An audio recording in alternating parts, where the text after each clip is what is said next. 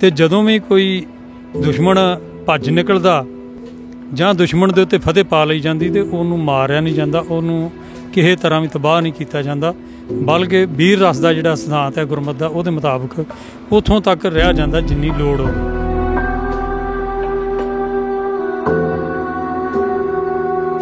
ਇੰਦਰਾ ਗਾਂਧੀ ਨੇ ਪੰਜਾਬ ਨਾਲ ਅਜੇ ਧੱਕੇ ਕਰਨੇ ਸ਼ੁਰੂ ਕੀਤੇ ਜਿਹਦਾ ਸਿੱਖਾਂ ਦੇ ਵਿੱਚ ਵਿਰੋਧ ਪੈਦਾ ਹੋਇਆ ਤੇ ਉਸ ਵਿਰੋਧ ਦੇ ਵਿੱਚੋਂ ਧਰਮ ਯੁੱਧ ਮੋਰਚਾ ਪੈਦਾ ਹੋਇਆ।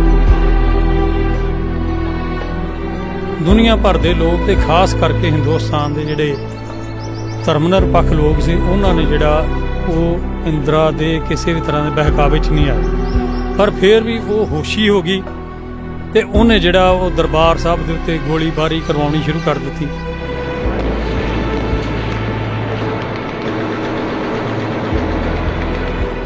ਇੱਕ ਜੂਨ ਨੂੰ ਬਿਨਾਂ ਕਿਸੇ ਗੱਲ ਤੋਂ ਜਿਹੜਾ ਉਹ 10 ਸਾਡੇ ਇੱਥੇ ਸਿੱਖ ਜਿਹੜੇ ਇੱਥੇ ਆਏ ਸੀਗੇ ਸ਼ਰਧਾਲੂ ਉਹ ਸ਼ਹੀਦ ਹੋਏ। ਉਹਨਾਂ ਦੇ ਵਿੱਚ ਭਾਈ ਮਹਿੰਗਾ ਸਿੰਘ ਬੱਬਰ ਵੀ ਸ਼ਹੀਦ ਹੋਏ।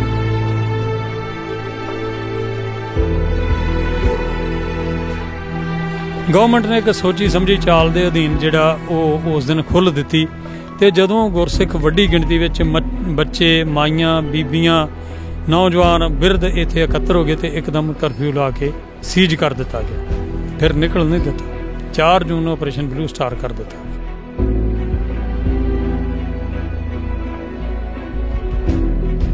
ਜਦੋਂ ਉਹਨਾਂ ਕਰ ਦਿੱਤਾ, ਸੀਲ ਕਰ ਦਿੱਤਾ, ਹਮਲਾ ਕਰ ਦਿੱਤਾ ਤੇ ਫਿਰ ਗੁਰਸਿੱਖਾਂ ਦਾ ਫਰਜ਼ ਬਣਦਾ ਸੀ ਕਿ ਉਹ ਉਸ ਹਮਲੇ ਦਾ ਜਿਹੜਾ ਜਵਾਬ ਵੀ ਗੁਰਮਤਿ ਦੀ ਮਰਜ਼ਾਦਾ ਅਨੁਸਾਰ ਗੁਰੂ ਸਾਹਿਬ ਵੱਲੋਂ ਬਖਸ਼ੇ ਸਿਧਾਂਤ ਦੇ ਮੁਤਾਬਕ ਦਿੰਦੇ। ਜਿੱਥੇ ਉਹ ਡਿੰਗਾ ਮਾਰਦੇ ਪਏ 2-2.5 ਘੰਟੇ ਕਰ ਲੈਣਾ, ਉਹਨਾਂ ਨੂੰ ਪਤਾ ਲੱਗ ਗਿਆ ਕਿ ਅਸੀਂ ਕਿੱਥੇ ਮੱਥਾ ਲਾ ਬੈਠੇ।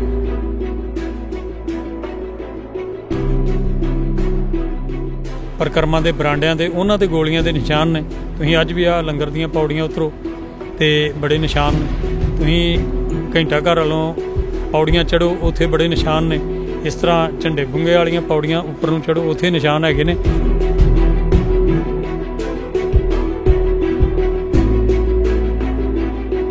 ਜਿਵੇਂ ਕਿ ਅਸੀਂ ਜਾਣਦੇ ਹਾਂ ਕਿ ਇਹ ਜੂਨ ਦਾ ਪਹਿਲਾ ਹਫ਼ਤਾ ਜਿਸ ਨੂੰ ਸਿੱਖ ਕੌਮ ਤੀਸਰੇ ਘੱਲੂਘਾਰੇ ਵਜੋਂ ਬੜੀ ਸ਼ਰਧਾ ਅਤੇ ਵੈਰਾਗਮਈ ਢੰਗ ਨਾਲ ਮਨਾਉਂਦੀ ਹੈ। ਇਸ ਘੱਲੂਘਾਰੇ ਨੂੰ ਅਤੇ ਸਿੱਖ ਸੰਘਰਸ਼ ਨੂੰ ਨੇੜਿਓਂ ਦੇਖਣ ਵਾਲੇ ਸਰਦਾਰ ਭਗਵੰਤ ਸਿੰਘ ਸਿਆਲਕਾ ਸਾਡੇ ਨਾਲ ਇਸ ਸਮੇਂ ਮੌਜੂਦ ਨੇ। ਆਓ ਉਹਨਾਂ ਨਾਲ ਇਸ ਬਾਬਤ ਗੱਲਬਾਤ ਕਰਦੇ ਹਾਂ। ਵਾਹਿਗੁਰੂ ਜੀ ਕਾ ਖਾਲਸਾ, ਵਾਹਿਗੁਰੂ ਜੀ ਕੀ ਫਤਿਹ। ਵਾਹਿਗੁਰੂ ਜੀ ਕਾ ਖਾਲਸਾ, ਵਾਹਿਗੁਰੂ ਜੀ ਕੀ ਫਤਿਹ। ਵੇਖੋ, ਹਮੇਸ਼ਾ ਤੋਂ ਹੀ ਜਦੋਂ ਤੋਂ ਸਿੱਖ ਧਰਮ ਹੋਂਦ ਦੇ ਵਿੱਚ ਆਇਆ ਉਸ ਸਮੇਂ ਤੋਂ ਹੀ ਕੋਈ ਨਾ ਕੋਈ ਚੁਣੌਤੀ ਹਮੇਸ਼ਾ ਦਰਪੇਸ਼ ਰਹੀ ਅਤੇ ਉਸੇ ਚੁਣੌਤੀਆਂ ਦੇ ਵਜੋਂ ਹੀ 5ਵੇਂ ਪਾਤਸ਼ਾਹ ਗੁਰੂ ਅਰਜਨ ਦੇਵ ਸਾਹਿਬ ਜੀ ਨੂੰ ਸ਼ਹਾਦਤ ਦੇਣੀ ਪਈ। ਉਹਨਾਂ ਸ਼ਹਾਦਤ ਦੇ ਕੇ ਸਿੱਖਾਂ ਦਾ ਆਉਣ ਵਾਲਾ ਜਿਹੜਾ ਵਿਖੜਾ ਸਮਾਂ ਸੀ ਉਹ ਆਪਣੇ ਸਰੀਰ ਦੇ ਉੱਤੇ ਝੱਲ ਕੇ ਜਿਹੜਾ ਉਹ ਸਿੱਖਾਂ ਨੂੰ ਇੱਕ ਮਾਰਗ ਦਰਸ਼ਕ ਵਜੋਂ ਉਹਨਾਂ ਨੇ ਵਿਖਾ ਲਿਆ ਕਿ ਜਬਰ ਦਾ ਮੁਕਾਬਲਾ ਸਬਰ ਨਾਲ ਵੀ ਕੀਤਾ ਜਾ ਸਕਦਾ। ਗੁਰੂ ਅਰਜਨ ਦੇਵ ਸਾਹਿਬ ਜੀ ਸ਼ਹਾਦਤ ਤੋਂ ਬਾਅਦ ਮੀਰੀ ਪੀਰੀ ਦਾ ਸਿਧਾਂਤ, ਮੀਰੀ ਪੀਰੀ ਦਾ ਸੰਕਲਪ ਗੁਰੂ ਹਰਗੋਬਿੰਦ ਸਾਹਿਬ ਜੀ ਨੇ ਬਖਸ਼ਿਸ਼ ਕੀਤਾ। ਸਮੇਂ ਦੀ ਹਕੂਮਤ ਨੇ ਉਹਨਾਂ ਨਾਲ ਟੱਕਰ ਲਈ ਅਤੇ 4 ਜੰਗਾਂ ਦੇ ਵਿੱਚ ਹਕੂਮਤ ਦੀ ਹਾਰ ਹੋਈ। ਉਪਰੰਤ ਫਿਰ ਸਮਾਂ ਸ਼ਾਂਤਮਈ ਦਾ ਚੱਲਿਆ। ਉਪਰੰਤ ਗੁਰੂ ਤੇਗ ਬਹਾਦਰ ਸਾਹਿਬ ਜੀ ਦੀ ਸ਼ਹਾਦਤ ਤੋਂ ਬਾਅਦ ਗੁਰੂ ਗੋਬਿੰਦ ਸਿੰਘ ਸਾਹਿਬ ਜੀ ਨੇ ਖਾਲਸਾ ਪੰਥ ਦੀ ਸਾਜਨਾ ਕੀਤੀ ਅਤੇ ਜੰਗ ਗੁਰੂ ਸਾਹਿਬ ਜੀ ਨਾਲ ਵੀ, ਜਿੱਥੇ ਮੁਗਲੀਆ ਹਕੂਮਤ ਦੇ ਉੱਥੇ 22 ਧਾਰਦਿਆਂ ਰਾਜਿਆਂ ਦੇ ਵੀ ਹੋਏ, ਜਿਹਦੇ ਵਿੱਚ ਸਾਰੀਆਂ ਜੰਗਾਂ 'ਤੇ ਗੁਰੂ ਸਾਹਿਬ ਨੇ ਜਿੱਤ ਪ੍ਰਾਪਤ ਕੀਤੀ। ਉਹ ਸਿਧਾਂਤ ਜਿਹੜਾ ਸੀ ਉਸ ਸਿਧਾਂਤ 'ਤੇ ਚੱਲਦਿਆਂ ਕਦੀ ਵੀ ਜਿਹੜਾ ਨਾ ਵੇਖੋ ਕਰੋਧ ਅਤੇ ਵੀਰ ਰਸ ਦਾ ਇੱਕ ਬੜਾ ਵੱਡਾ ਫਰਕ ਹੈ। ਆਮ ਤੌਰ 'ਤੇ ਜਦੋਂ ਜੰਗ ਹੁੰਦੀ ਅਤੇ ਉਹਦੇ ਵਿੱਚ ਦੋਵਾਂ ਧਿਰਾਂ ਦੇ ਯੋਧੇ ਜਿਹੜੇ ਆ ਨਾ ਗੁੱਸੇ ਨਾਲ, ਕ੍ਰੋਧ ਨਾਲ ਇੱਕ ਦੂਸਰੇ 'ਤੇ ਵਾਰ ਕਰਦੇ, ਪਰ ਗੁਰਮਤਿ ਦਾ ਸਿਧਾਂਤ ਜਿਹੜਾ ਉਹ ਵੀਰ ਰਸ ਦਾ। ਅਤੇ ਜਦੋਂ ਵੀ ਕੋਈ ਦੁਸ਼ਮਣ ਭੱਜ ਨਿਕਲਦਾ ਜਾਂ ਦੁਸ਼ਮਣ ਦੇ ਉੱਤੇ ਫਤਿਹ ਪਾ ਲਈ ਜਾਂਦੀ ਅਤੇ ਉਹਨੂੰ ਮਾਰਿਆ ਨਹੀਂ ਜਾਂਦਾ, ਉਹਨੂੰ ਕਿਸੇ ਤਰ੍ਹਾਂ ਵੀ ਤਬਾਹ ਨਹੀਂ ਕੀਤਾ ਜਾਂਦਾ, ਬਲਕਿ ਵੀਰ ਰਸ ਦਾ ਜਿਹੜਾ ਸਿਧਾਂਤ ਹੈ ਗੁਰਮਤਿ ਦਾ, ਉਹਦੇ ਮੁਤਾਬਕ ਉੱਥੋਂ ਤੱਕ ਰਿਹਾ ਜਾਂਦਾ ਜਿੰਨੀ ਲੋੜ ਹੋਵੇ।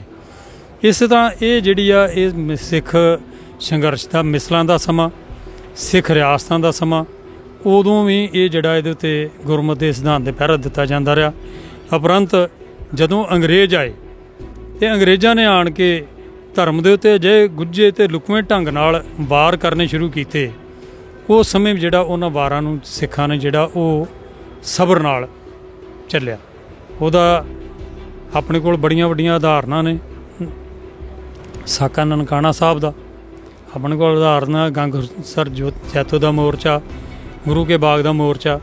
ਪਰ ਜਿਵੇਂ ਕੋਈ ਵਿਦਿਆਰਥੀ ਜਦੋਂ ਪੜ੍ਹਦਾ ਨਾ ਅਤੇ ਇੱਕ ਸਮਾਂ ਇਹਦੀ ਉਡੀਕ ਹੁੰਦੀ ਹੈ ਜਦੋਂ ਉਹਦਾ ਇਮਤਿਹਾਨ ਆਉਣਾ ਹੁੰਦਾ ਅਤੇ ਮੈਂ ਉਹਦੇ 'ਚੋਂ ਨੰਬਰ ਕਿੰਨੇ ਲਈਆਂ। ਇਸ ਤਰ੍ਹਾਂ ਗੁਰਸਿੱਖ ਹਮੇਸ਼ਾ ਜਦੋਂ ਗੁਰਸਿੱਖੀ ਕਮਾਉਂਦਾ, ਗੁਰਮਤਿ ਦੇ ਸਿਧਾਂਤ 'ਤੇ ਚੱਲਦਾ, ਅਤੇ ਉਹ ਵੀ ਇੱਕ ਉਡੀਕ ਹੁੰਦੀ ਹਮੇਸ਼ਾ ਵੀ ਜਦੋਂ ਕਿਤੇ ਸਬੱਬ ਬਣਿਆ, ਜਦੋਂ ਕਿਤੇ ਸਮਾਂ ਬਣਿਆ ਅਤੇ ਉਦੋਂ ਆਪਾਂ ਇਸ ਇਮਤਿਹਾਨ ਦੇ ਵਿੱਚੋਂ ਪਾਸ ਹੁੰਦੇ ਹਾਂ, ਇਹਦੇ ਵਿੱਚੋਂ ਨੰਬਰ ਕਿੰਨੇ ਲੈਂਦੇ ਹਾਂ। ਅਜਿਹਾ ਸਮਾਂ ਹਮੇਸ਼ਾ ਬਣਿਆ ਰਹਿੰਦਾ। ਹੁਣ ਵੀ ਜਦੋਂ ਸੈਂਟਰ ਦੇ ਵਿੱਚ ਬਹੁਤਾ ਸਮਾਂ ਕਾਂਗਰਸ ਦੀ ਸਰਕਾਰ ਰਹੀ ਅਤੇ ਕਾਂਗਰਸ ਦੀ ਸਰਕਾਰ ਦੇ ਵਿੱਚ ਵੀ ਨਹਿਰੂ ਜਿਹੜਾ ਖਾਨਦਾਨ ਆ ਉਹਦਾ ਬੋਲ ਬਾਲਾ ਰਿਹਾ।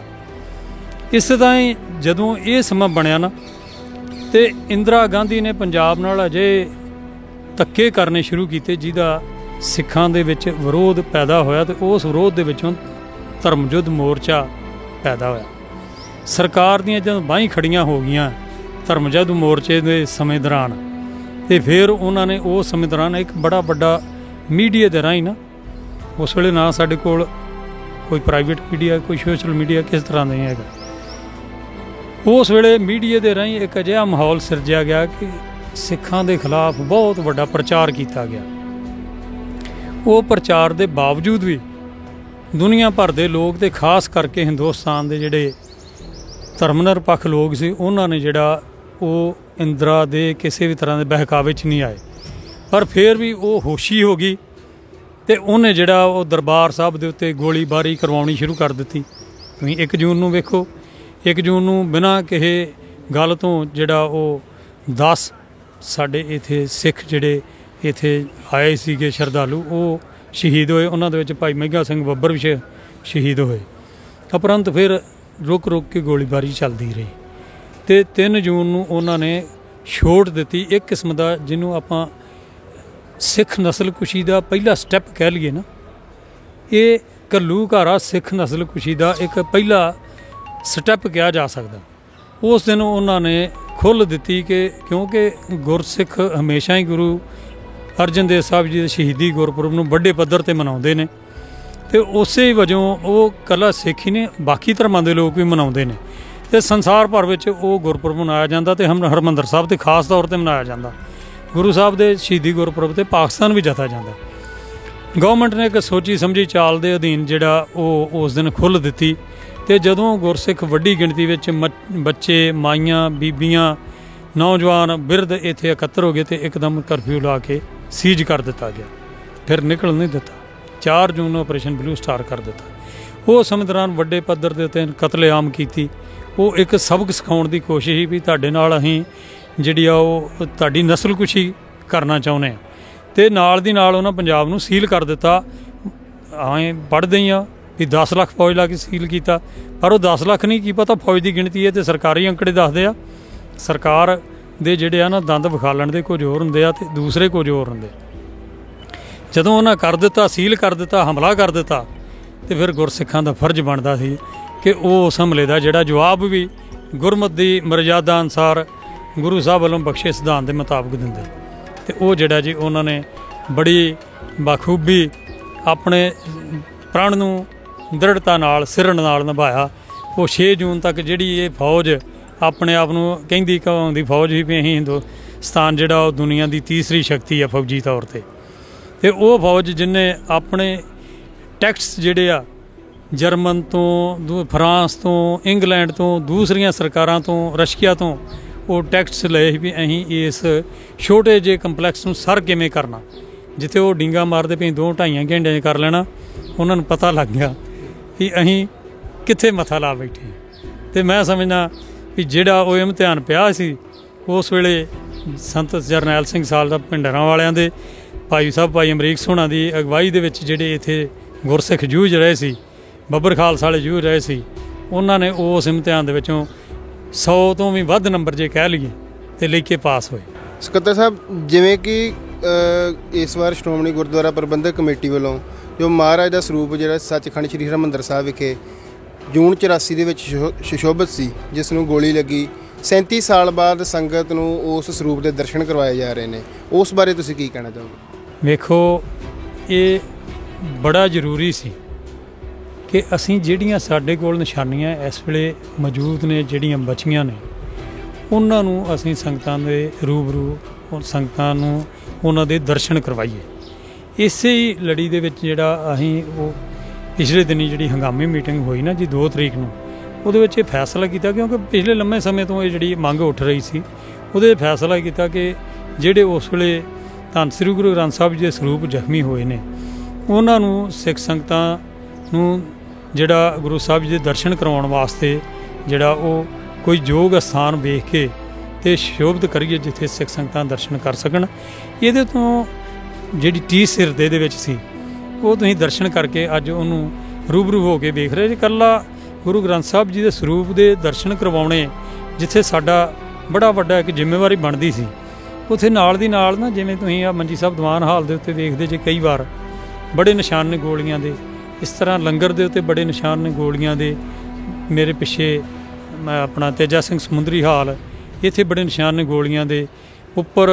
ਜਦੋਂ ਆਪਾਂ ਜਿੱਥੇ ਤੋਸ਼ਾਖਾਨਾ ਦਰਸ਼ਨੀ ਡਿਓੜੀ ਦੇ ਉੱਪਰ, ਉੱਥੇ ਥੋੜ੍ਹੇ ਸਮੇਂ ਤੋਂ ਬਾਰੀਆਂ ਬਦਲੀਆਂ ਨੇ, ਉਹ ਬਾਰੀਆਂ ਦੀਆਂ ਸੀਖਾਂ ਦੇ ਵਿੱਚੋਂ ਗੋਲੀਆਂ ਲੰਘੀਆਂ ਸਨ। ਇਸੇ ਤਰ੍ਹਾਂ ਹੀ ਆ ਤੁਸੀਂ ਜਦੋਂ ਨਾਨਕ ਨਿਵਾਸ ਦੇ ਅੰਦਰ ਜਾਂਦੇ ਆਪਾਂ ਤੇ ਬਾਹਰ ਸਿੱਖਾਂ ਦਾ ਗੇਟ ਆ, ਉਸ ਗੇਟ ਦੇ ਵਿੱਚ ਵੇਖੋ ਤੁਸੀਂ ਗੋਲੀਆਂ ਲੱਗੀਆਂ ਨੇ, ਗੋਲੀਆਂ ਆਰ ਪਾਰ ਹੋਈਆਂ ਉਹਨਾਂ ਸਿੱਖਾਂ 'ਚੋਂ। ਉਹ ਕਿੱਡੀਆਂ ਪਾਵਰਫੁੱਲ ਗੋਲੀਆਂ ਹੋਣੀਆਂ, ਕਿਉਂਕਿ ਇੰਚੀ ਮੋਟੀਆਂ ਸਲਾਖਾਂ ਨੇ, ਇਹਨਾਂ ਦੇ ਵਿੱਚੋਂ ਗੋਲੀਆਂ ਪਾਰ ਹੋਈਆਂ। ਅਤੇ ਉਹ ਕਿੱਡੀ ਪਾਵਰਫੁੱਲ ਗੰਨਾਂ ਜਿਹੜੀਆਂ ਉਸ ਵੇਲੇ ਜਿਹੜੀਆਂ ਉਹ ਇੰਦਰਾ ਗਾਂਧੀ ਨੇ ਜਿਹੜੀਆਂ ਫੌਜ ਨੂੰ ਇੱਥੇ ਵਰਤੋਂ ਕਰਨ ਲਈ ਹਦਾਇਤ ਕੀਤੀ। ਇਸ ਤਰ੍ਹਾਂ ਹੀ ਬਾਬਾ ਦੀਪ ਸਿੰਘ ਜੀ ਸ਼ਹੀਦ, ਉਹਨਾਂ ਦਾ ਬੰਗਾ ਜਿਹੜਾ ਪ੍ਰਕਰਮਾਂ ਦੇ ਵਿੱਚ ਆ, ਉਹ ਛੋਟਾ ਅਸਥਾਨ ਆ, ਅਤੇ ਉਹਦੇ ਵਿੱਚ ਇੱਕ ਵਾਰ ਮੈਨੂੰ ਸਮਾਂ ਮਿਲਿਆ ਉੱਥੇ ਚੰਦੋਆ ਸਾਹਿਬ ਦੀ ਅਤੇ ਹਰਮਾਲਾ ਸਾਹਿਬ ਦੀ ਸੇਵਾ ਦਾ। ਅਤੇ ਜਿਸ ਦਿਨ ਚੰਦੋਆ ਸਾਹਿਬ ਬਦਲਣਾ ਹੁੰਦਾ, ਉਸ ਦਿਨ ਨਾ ਅਖੰਡ ਪਾਠ ਸਾਹਿਬ ਦੇ ਭੋਗ ਤੋਂ ਉਪਰੰਤ ਪੂਰੀ ਦੀ ਪੂਰੀ ਵਿਛਾਈ ਬਦਲੀ ਜਾਂਦੀ ਹੈ। ਸਮੁੱਚਾ ਉੱਥੋਂ ਦਾ ਉਹ ਵਿਛਾਈਆਂ ਚੁੱਕੀਆਂ ਜਾਂਦੀਆਂ ਨੇ, ਬਦਲੀਆਂ ਜਾਂਦੀਆਂ, ਇਸ਼ਨਾਨ ਕਰਾਇਆ ਜਾਂਦਾ। ਅਤੇ ਜਦੋਂ ਅਸੀਂ ਉਸ ਸੇਵਾ ਦੇ ਵਿੱਚ ਸ਼ਾਮਲ ਹੋਏ ਅਤੇ ਉਹ ਛੋਟੇ ਅਸਥਾਨ ਦੇ ਵਿੱਚ 8 ਗਰਨੇਡਾਂ ਦੇ ਜਿੱਥੇ ਗਰਨੇਡ ਫਟੇ, ਉਹਨਾਂ ਦੇ ਇੰਪੈਕਟ ਸੀ, ਉਹਨਾਂ ਦੇ ਹੇਠਾਂ ਨਿਸ਼ਾਨ ਸੀ। ਅਤੇ ਉਹ ਜਿਹੜੇ ਨਿਸ਼ਾਨ ਨੇ ਨਾ, ਉਹ ਇਸ ਗੱਲ ਦੀ ਗਵਾਹੀ ਭਰਦੇ ਨੇ ਕਿ ਉਸ ਵੇਲੇ, ਕਿਉਂਕਿ ਬਾਬਾ ਦੀਪ ਸਿੰਘ ਜੀ ਸ਼ਹੀਦ ਜੀ ਦੇ ਅਸਥਾਨ ਦੇ ਉੱਤੇ ਨਾ ਉੱਥੇ ਸੁੱਖ ਆਸਣ ਹੈ, ਉੱਥੇ ਪ੍ਰਕਾਸ਼ ਕੀਤੇ ਜਾਂਦੇ ਗੁਰੂ ਸਾਹਿਬ ਦੇ ਸਰੂਪ, ਅਤੇ ਉੱਥੇ ਭੋਗ ਤੋਂ ਉਪਰੰਤ ਸੁੱਖ ਆਸਣ 'ਤੇ ਸੁੱਖ ਆਸਣ ਕਰਕੇ ਅਤੇ ਦੁਬਾਰਾ ਤਿਆਰੀ ਕਰਕੇ ਜਿਹੜੇ ਸੁੱਖ ਆਸਣ ਪ੍ਰਕਾਸ਼ ਕੀਤੇ ਜਾਂਦੇ ਨੇ। ਤੁਸੀਂ ਅੰਦਾਜ਼ਾ ਲਾ ਸਕਦੇ ਵੀ ਜਿਸ ਇਹਨੇ ਛੋਟੇ ਜਿਹੇ ਅਸਥਾਨ ਦੇ ਵਿੱਚ 8 ਗਰਨੇਡ ਫਟੇ ਅਤੇ ਉੱਥੇ ਬਾਕੀ ਕੀ ਹਾਲਾਤ ਬਣੇ ਹੋਣਗੇ। ਆ ਪਿੱਛੇ ਤੁਹਾਡੀ ਸ਼ਾਇਦ ਉਮਰ ਤੋਂ ਪਹਿਲਾਂ ਦੀ ਗੱਲ ਆ, ਇੱਥੇ ਬੜੇ ਜ਼ਾਲਮ ਬੰਦੇ ਪੈਦਾ ਕੀਤੇ ਗਏ ਮੌਕੇ ਦੀ ਕਾਂਗਰਸ ਸਰਕਾਰ ਵੱਲੋਂ, ਜਿਨ੍ਹਾਂ ਦੀ ਜ਼ਿੰਮੇਵਾਰੀ ਸੀ ਕਿ ਤੁਸੀਂ ਪਹਿਲਾ ਸਟੈਪ 'ਤੇ ਦਰਬਾਰ ਸਾਹਿਬ 'ਤੇ ਹਮਲਾ ਕਰਨ ਦਾ, ਸਿੱਖ ਖੁਦਕੁਸ਼ੀ ਸਿੱਖ ਨਸਲਕੁਸ਼ੀ ਦਾ। ਦੂਸਰਾ ਸਟੈਪ ਸਮੁੱਚੇ ਰੂਪ 'ਚ ਪੰਜਾਬ ਨੂੰ ਸੀਲ ਕਰਕੇ ਇਹਨਾਂ ਨੇ ਜਿਹੜਾ ਉਹ ਨੌਜਵਾਨਾਂ ਦੀ ਜਿਹੜਾ ਜੀ ਉਹ ਜਿੰਨੇ ਵੀ ਉਸ ਵੇਲੇ ਇਸ ਬਜ਼ੁਰਗਾਂ ਤੋਂ ਉੱਪਰ ਦੀ ਉਮਰ ਦੇ ਵਿੱਚ ਹੈਗੇ ਸੀ, ਉਹਨਾਂ ਨੂੰ ਇਹਨਾਂ ਨੇ ਕਤਲ ਕਰਨ ਦਾ ਇੱਕ ਪਲੈਨਿੰਗ ਬਣਾਈ ਸੀ ਕਿ ਗਾਂ ਸਿੱਖਾਂ ਦੀ ਨਸਲ ਖਤਮ ਹੋ ਜਾਵੇ, ਬੱਚੇ ਨਾ ਪੈਦਾ ਹੋਣ। ਪਰ ਉਹ ਸਿੱਖ ਫੌਜੀਆਂ ਨੇ ਜਾਂ ਧਰਮੀ ਫੌਜੀਆਂ ਨੇ ਬਗਾਵਤ ਕੀਤੀ ਅਤੇ ਉਹ ਬਗਾਵਤ ਦਾ ਕਰਕੇ ਉਹ ਜਿਹੜਾ ਹੈ ਜੀ ਉਹ ਇਹਨਾਂ ਦੀ ਪਲਾਨ ਕਾਮਯਾਬ ਨਾ ਹੋਈ। ਪਰ ਉਪਰੰਤ ਇਹਨਾਂ ਨੇ ਇਜ਼ਹਾਰ ਆਲਮ ਵਰਗੇ, ਜਿਹੜਾ ਸੈਣੀ ਆ, AP ਪਾਂਡੇ ਵਰਗੇ, ਅਜੀਤ ਸਿੰਘ ਸੰਧੂ ਵਰਗੇ ਕਈ ਬੰਦੇ ਆ, SS ਵਿਰਕ ਵਰਗੇ ਬਹੁਤ ਸਾਰੇ, ਲਗਭਗ ਹਰ ਜ਼ਿਲ੍ਹੇ ਦੇ ਵਿੱਚ ਇੱਕ ਜ਼ਾਲਮ ਪੁਲਿਸ ਅਫਸਰ ਨੂੰ ਇਹਨਾਂ ਨੇ ਉਦੋਂ SSP ਜਾਂ ਉਹ ਜ਼ਿਲ੍ਹੇ ਦਾ ਮੁਖੀ ਵਜੋਂ ਥਾਪਿਆ ਅਤੇ ਉਹਦੇ ਹੇਠਾਂ ਇੱਕ ਅਜਿਹੀ ਟੀਮ ਬਣਾਈ ਜਿਹੜੀ ਟੀਮ ਨੇ ਜਿੱਥੇ ਸਿੱਖ ਨੌਜਵਾਨਾਂ ਦਾ ਸ਼ਿਕਾਰ ਖੇਡਿਆ, ਉੱਥੇ ਘਰਾਂ ਦੇ ਵਿੱਚ ਜਾ ਕੇ ਲੁੱਟਿਆ ਅਤੇ ਬੇਪਤੀ ਦੀਆਂ ਘਟਨਾਵਾਂ ਜਿਹੜੀਆਂ ਕੀਤੀਆਂ, ਉਹਨਾਂ ਨੂੰ ਵੀ ਸਿੱਖ ਨੌਜਵਾਨਾਂ ਦੇ ਜਿੰਮੇ ਉਹਨਾਂ ਨੇ ਲਾਇਆ।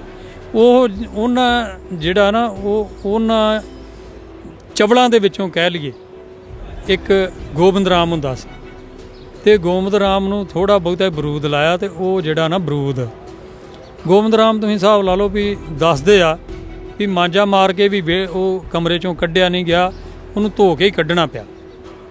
ਥੋੜ੍ਹੇ ਜਿਹੇ ਬਰੂਦ ਨਾਲ ਇੰਨਾ ਇੰਪੈਕਟ ਸੀ ਉਹਦਾ। ਤੇ ਜਿੱਥੇ 8 ਗ੍ਰਨੇਡ ਸੁੱਟੇ ਗਏ, ਜਿਨ੍ਹਾਂ ਗ੍ਰਨੇਡਾਂ ਨੇ ਏਡੀ ਜਿਹੜੀ, ਕਿਉਂਕਿ ਗੁਰੂ ਧਾਮਾਂ ਦੀ ਅਸਾਰੀ ਜਦੋਂ ਕੀਤੀ ਜਾਂਦੀ ਤਾਂ ਬਹੁਤ ਵਧੀਆ ਮਟੀਰੀਅਲ ਵਰਤਿਆ ਜਾਂਦਾ ਜੀ, ਸਦੀਆਂ ਤੱਕ ਚੱਲਣਾ ਹੁੰਦਾ। ਤੇ ਜਿਹੜਾ ਉਹਨਾਂ ਨੇ ਹੇਠਾਂ ਇੰਪੈਕਟ ਪਾਏ ਗ੍ਰਨੇਡਾਂ ਨੇ, ਉਹਨਾਂ ਨੇ ਅੰਦਰ ਕੀ ਕੀਤਾ ਹੋਊਗਾ, ਮਹਾਰਾਜ ਦੇ ਸਰੂਪ ਦੇ ਉਸ ਵੇਲੇ ਕੀ ਹਾਲਾਤ ਬਣੇ ਹੋਣਗੇ, ਉਹ ਉਸ ਵੇਲੇ ਉਹ ਸਰਕਾਰ ਨੇ ਕਿੱਥੇ ਲੈ ਗਈ ਸਰੂਪ, ਕੀ ਹੋਇਆ, ਸਾਡੇ ਕੋਲ ਕੋਈ ਰਿਕਾਰਡ ਨਹੀਂ। ਪਰ ਉੱਥੇ ਜਿਹੜਾ ਜੰਗਲਾ ਸੀ ਨਾ, ਜੰਗਲੇ ਦੇ ਵਿੱਚ ਵੀ 72 ਸਪਲਿੰਟਰ, ਜੰਗਲਾ ਛਾਨਣੀ ਹੋਇਆ ਪਿਆ। ਜਿਹੜਾ ਪਿੱਤਲ ਦਾ ਜੰਗਲਾ ਅੱਗੇ ਉਹਦੇ ਮਹਾਰਾਜ ਦੇ ਸਰੂਪ ਦੇ ਅੱਗੇ ਹੁੰਦਾ, ਉਹ ਪੀੜਾ ਸਾਹਿਬ ਦੇ ਕੀ ਹਾਲਾਤ ਹੋਏ ਹੋਣਗੇ। ਹਰ ਉਹ ਚੀਜ਼ ਸਾਂਭਣੀ ਜ਼ਰੂਰੀ ਆ ਜਿਹੜੀ ਅੱਜ ਅਜੇ ਬਚੀ ਆ।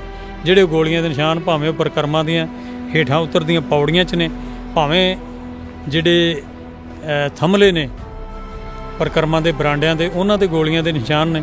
ਤੁਸੀਂ ਅੱਜ ਵੀ ਆ ਲੰਗਰ ਦੀਆਂ ਪੌੜੀਆਂ ਉਤਰੋ ਤੇ ਬੜੇ ਨਿਸ਼ਾਨ ਨੇ। ਤੁਸੀਂ ਘੰਟਾ ਘਰ ਵੱਲੋਂ ਪੌੜੀਆਂ ਚੜ੍ਹੋ, ਉੱਥੇ ਬੜੇ ਨਿਸ਼ਾਨ ਨੇ। ਇਸ ਤਰ੍ਹਾਂ ਝੰਡੇ ਬੁੰਗੇ ਵਾਲੀਆਂ ਪੌੜੀਆਂ ਉੱਪਰ ਨੂੰ ਚੜ੍ਹੋ, ਉੱਥੇ ਨਿਸ਼ਾਨ ਹੈਗੇ ਨੇ। 4 ਸਵੇਰੇ ਵੱਡੇ ਨਿਸ਼ਾਨ ਨੇ। ਤੇ ਮੈਂ ਸਮਝਦਾ ਵੀ ਜਿਹੜੀ ਉਹ ਪਾਲਕੀਆਂ ਦੀ ਸੇਵਾ ਕਰ ਦਿੱਤੀ ਨਾ ਲਾਲ ਡਿਓੜੀ ਦੇ ਉੱਤੇ, ਖਜ਼ਾਨਾ ਡਿਓੜੀ ਦੇ ਉੱਤੇ, ਉਹ ਕਰਨੀ ਨਹੀਂ ਚਾਹੀਦੀ। ਬਹੁਤ ਕੁਝ ਕਈਆਂ ਕਿਸਮਾਂ ਦੀਆਂ ਇੱਥੇ ਸਾਜ਼ਿਸ਼ਾਂ ਕਹਿ ਲਓ, ਏਜੰਸੀਆਂ ਰਾਹੀਂ ਬਹੁਤ ਕੁਝ ਜਿਹੜਾ ਕੌਮੀ ਸਰਮਾਇਆ, ਕੌਮ ਦੇ ਵਿੱਚ ਜਿਹੜੀਆਂ ਸਾਂਭੀਆਂ ਜਾਣ ਵਾਲੀਆਂ ਚੀਜ਼ਾਂ ਸੀ, ਉਹਨਾਂ ਨੂੰ ਜਿਹੜਾ ਉਹ ਢੱਕ ਦਿੱਤਾ ਗਿਆ, ਉਹਨਾਂ ਨੂੰ ਬਦਲ ਦਿੱਤਾ ਗਿਆ।